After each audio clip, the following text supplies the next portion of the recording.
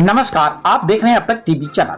हमारे संवाददाता शिवहरी शर्मा ने जनपद बरेली से जानकारी देते हुए बताया कि उत्तर प्रदेश सरकार के मुखिया योगी आदित्यनाथ जी के आज बरेली आगमन पर पार्टी कार्यकर्ताओं द्वारा भव्य स्वागत किया गया। उन्होंने पंडित राधेश्याम कथावाचक स्मृति भवन का उद्घाटन किया। इस अवसर पर जिले के प्रशासनिक अधिकारी एवं भारी संख्या में पुलिस बल मौजूद रहा। मुख्यमंत्री जी ने नाथ नगरी बरेली में पंडित राधेश्याम कथावाचक कोटि कोटि प्रणाम करते हुए कहा, पंडित जी आज भी हिंदू जनमानस के लिए प्रेरणा स्रोत होते हुए भी अमर हैं।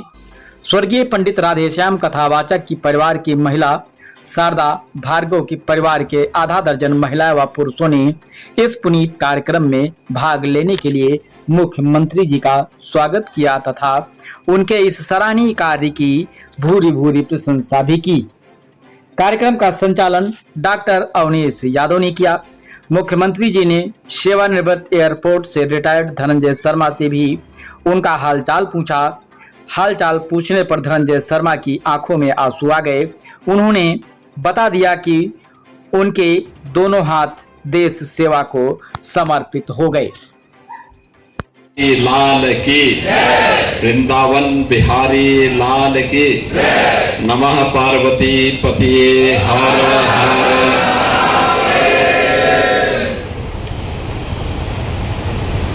श्री राम कथा के माध्यम से भारत की सनातन संस्कृति को वैश्विक पहचान दिलाने वाले सुप्रसिद्ध कथा व्यास, सुप्रसिद्ध नाटककार पंडित राधेश्याम जी की प्रतिमा और उनकी स्मृति में बने हुए इस स्मार्ट भवन के स्मार्ट सिटी मिशन के अंतर्गत भवन लोकार्पण कार्यक्रम में आज यहाँ पर उपस्थित प्रदेश सरकार में मेरे मंत्रिमंडल के सहयोगी,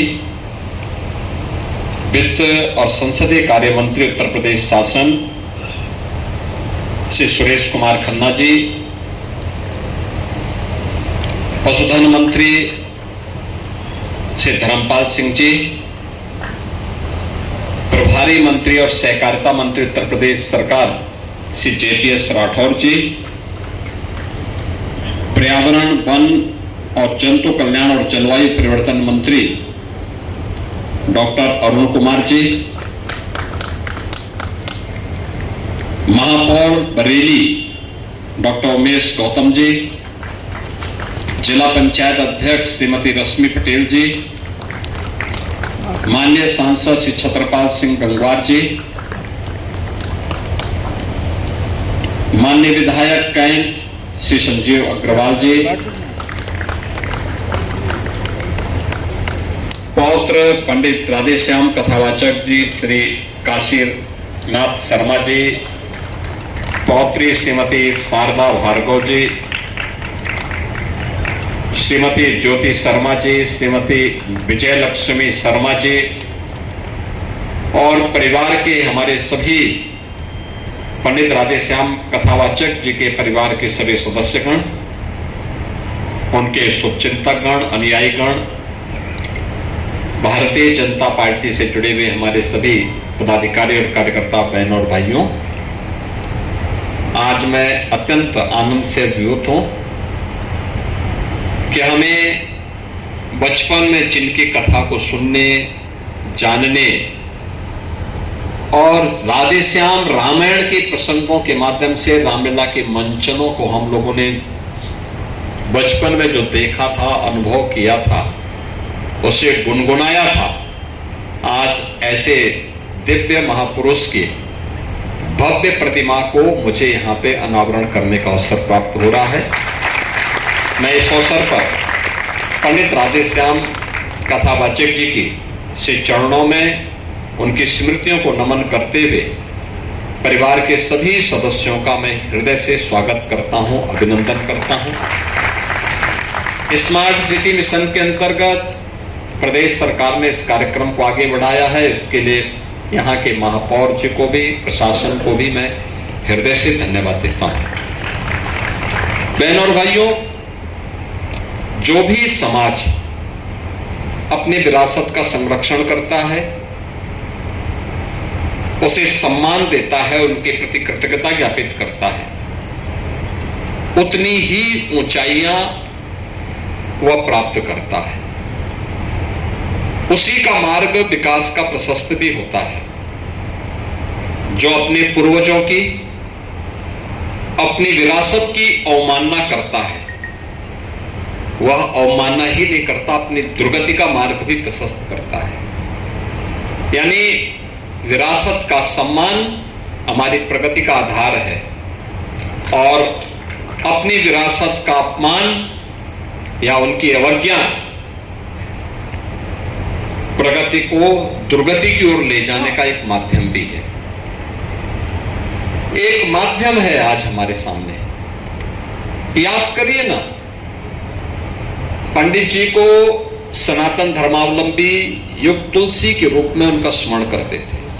ये मानते थे कि तुलसीदास जी का ही रूप है ये, जो जगह जगह जाकर के राम कथा के माध्यम से सनातन धर्मावलंबियों को जागरूक कर रहा है, जागृत कर रहा है।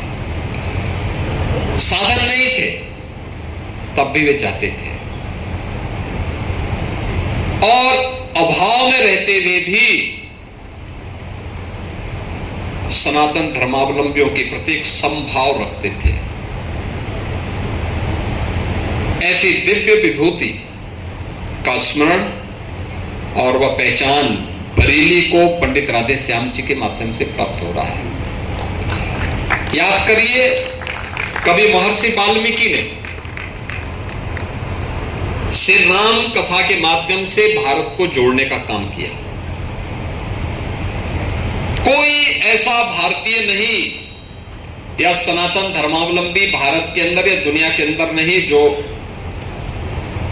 राम के साथ किसी न किसी रूप में अपना संबंध जोड़ता हो। हर भारतीय के मन में, उसके रोम रोम में राम बसे। सोते जागते, दुख में सुख में,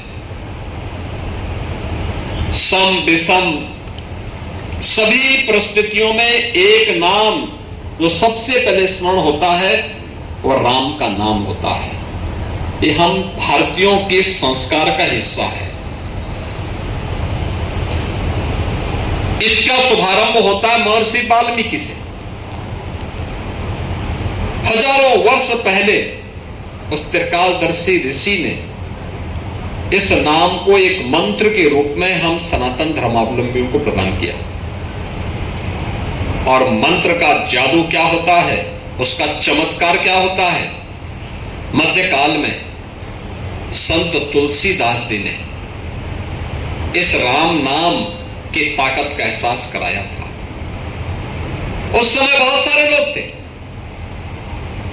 जो समय की राजसत्ता की अधीनता स्वीकार करते हुए उनकी चाटपारिता कर रहे थे। लेकिन तुलसीदास जी को भी जो उस समय कहा गया कि आप अकबर के दरबार में जाएंगे तो आपको भी 9 रत्न से सम्मानित करने का सौभाग्य प्राप्त हो सकता है, उन्होंने कहा भाई नहीं,